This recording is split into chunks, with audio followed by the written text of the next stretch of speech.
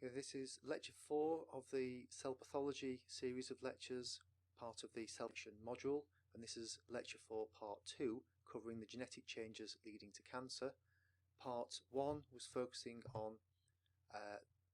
self-sufficiency of growth signals and insensitivity of antiproliferative signals. What I'm now going to focus on is telomerase, evading apoptosis, tissue invasion and angiogenesis. So first we're going to look at immortality, or limitless replicative potential.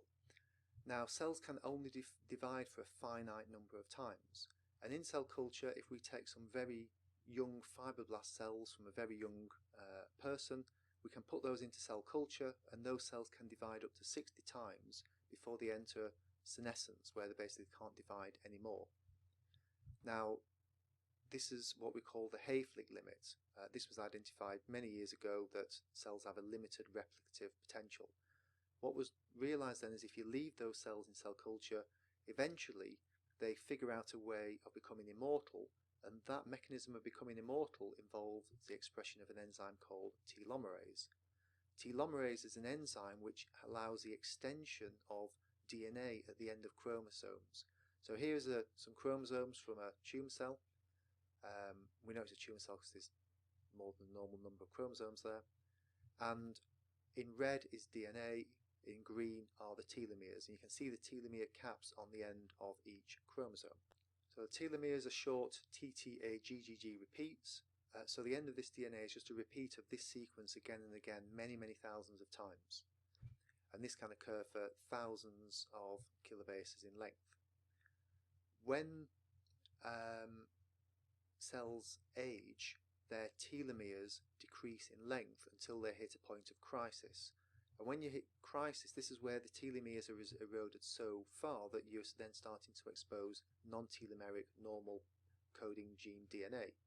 That activates a DNA repair pathway and tells the cell to stop dividing. So the key point here is the telomeres are, if they're intact, cells can divide. If they are eroded, they can't.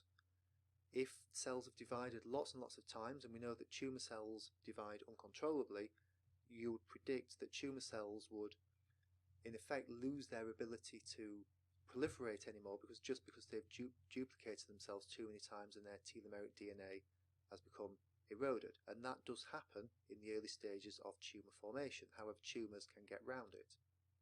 So telomerase, which adds on these sequences, is active during development. It's active in many stem cell populations, but it's normally silenced in adult differentiated tissues. Because those cells are not necessarily highly proliferative, they're going to proliferate for a while, they're going to do a job, and then they're going to be replaced. So telomerase tends to get switched on at some point during tumorigenesis. So you end up with a cell that's got shortened telomeres, which will cause senescence. If the telomeres are so short, what can happen is you get something called telomere associations, and that can cause chromosomes to stick together, and that will be flagged up as a DNA by the DNA damage response.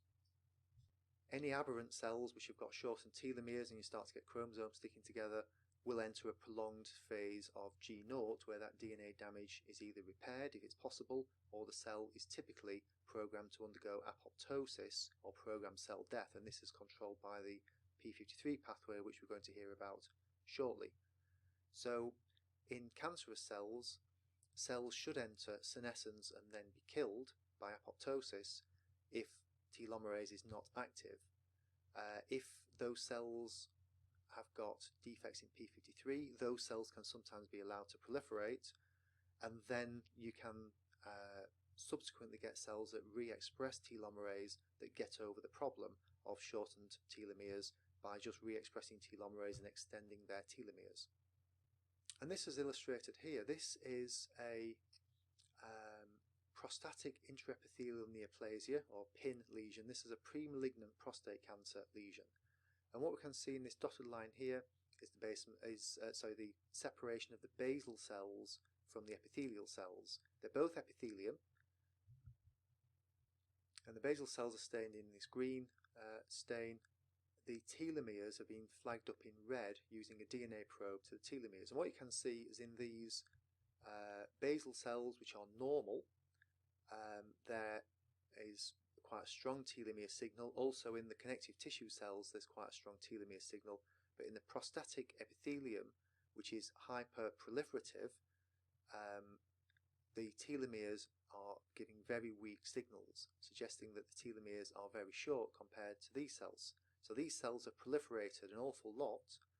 They've not accumulated in numbers, because in this pre-malignant phase of disease you tend to get cells proliferating and then rapidly dying. They've not figured out the ability to not die, but they have proliferated a lot. Their telomeres are very short.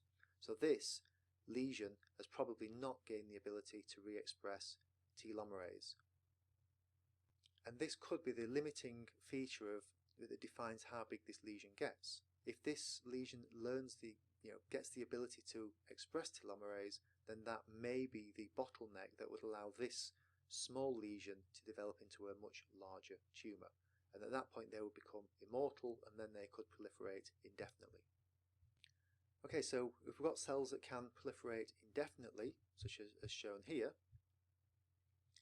then we've got something that can develop into a much larger tumour. But as I mentioned here, these cells here are probably proliferating at a faster rate than normal, but also dying as fast as they are proliferating. Hence the lesion is not really getting any bigger. One of the reasons why is because those cells have probably not figured out how to evade apoptosis, and I'm going to go through apoptosis now. So if a cell has DNA damage, that can be a broken chromosome, it can be a single strand or a double strand DNA break, then that tends to get flagged up by a DNA repair pathway, and the cell is stopped from dividing until that DNA damage has been repaired. So normal DNA damage induces programmed cell death, also known as apoptosis, in normal cells.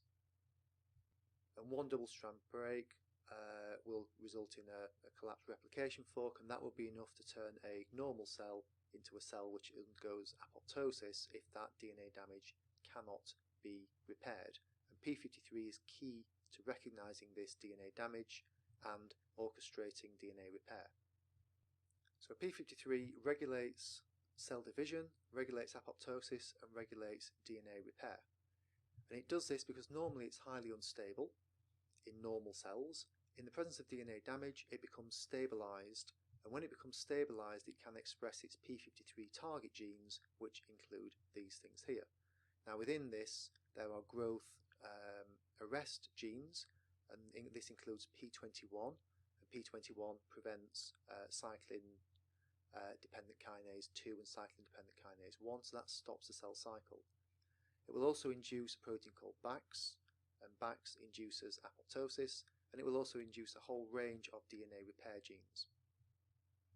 So the idea is that if a cell develops DNA damage, once that DNA damage has been repaired, the cell should be allowed to then progress into normal cell cycle. If it can't be repaired, the pro-apoptotic genes are expressed or accumulate. The key one is BAX, and that should induce apoptosis. So the cell has got about 24 hours to decide if it can repair the DNA damage. If it's not repaired the DNA damage in that short period of time, it's then executed by apoptosis, typically BAX.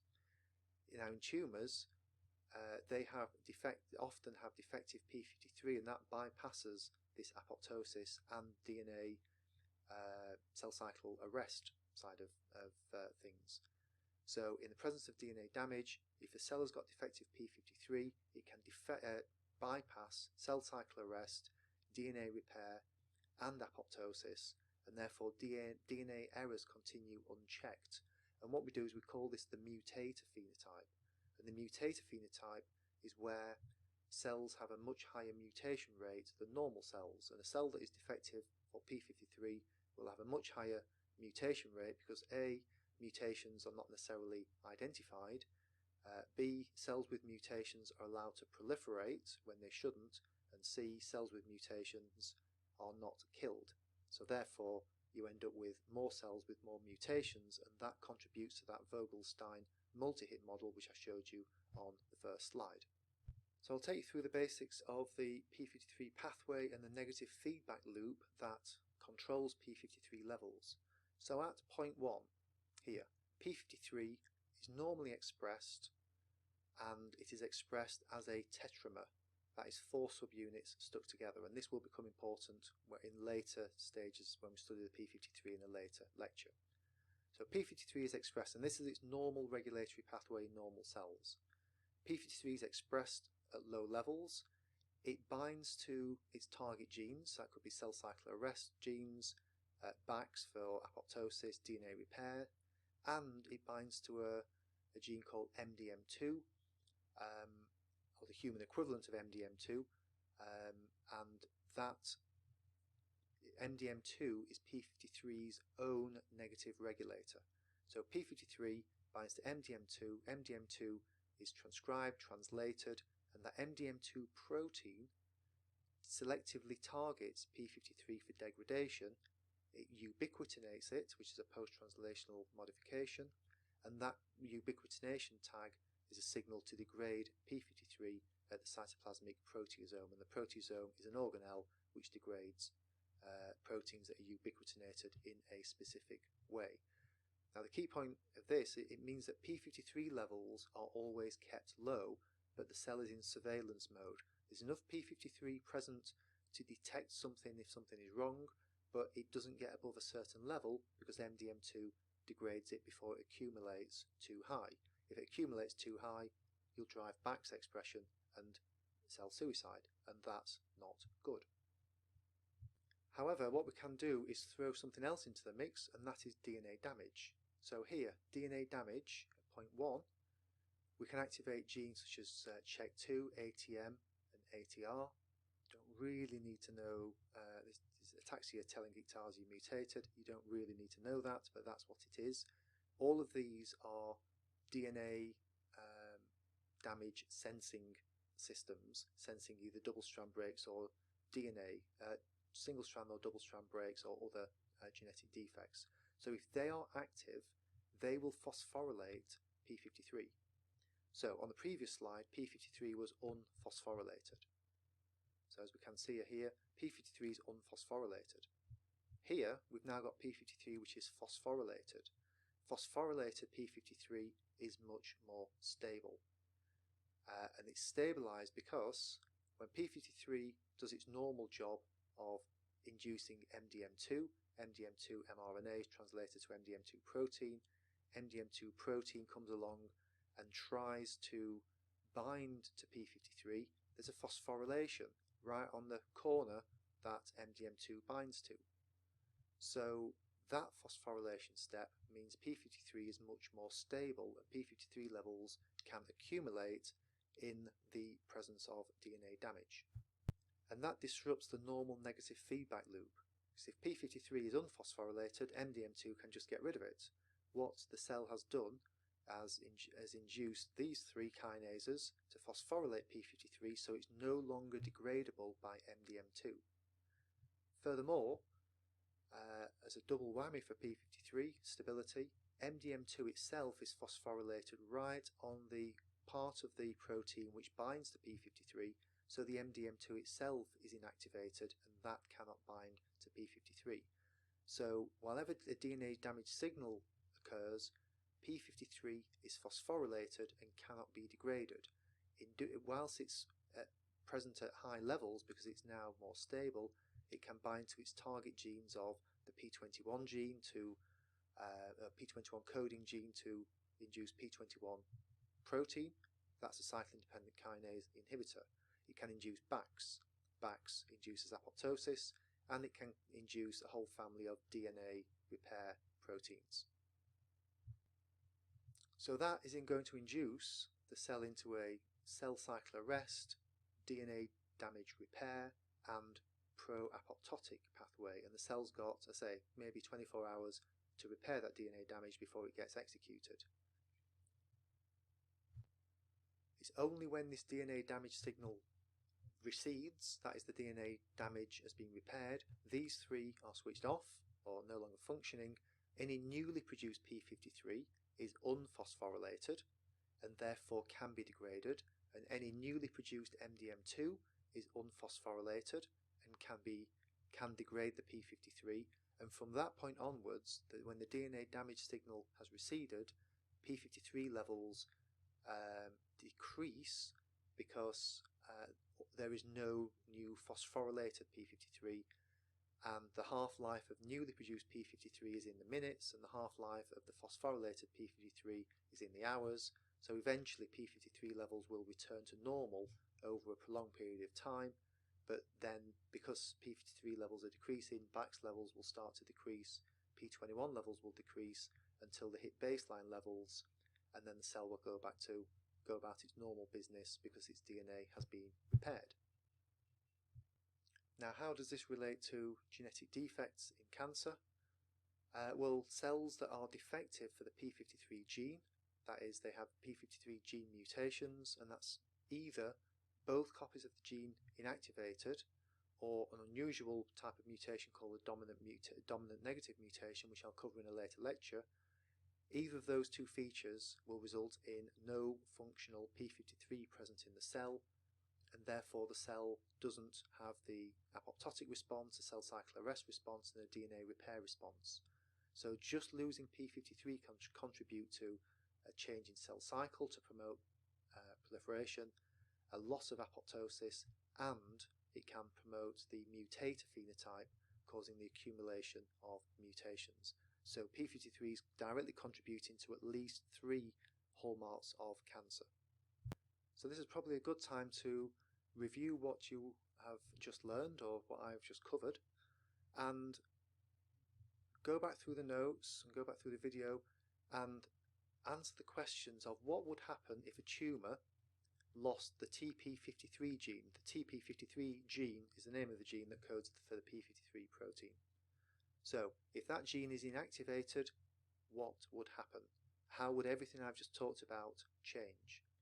But then also think of other ways in which this pathway could be disrupted. Have a think about what would happen if the cancer overexpressed, or a cell I should say, overexpressed the MDM2 gene. What would happen there? And then equally, what would happen if the cell lost the ability to make ATM, ATR or CHEK2? What would happen to this pathway? Okay, so that's probably a good idea to spend 10 minutes going through that, and then this is the end of part 2 of this lecture, and then part 3 will cover the 2 remaining hallmarks of cancer.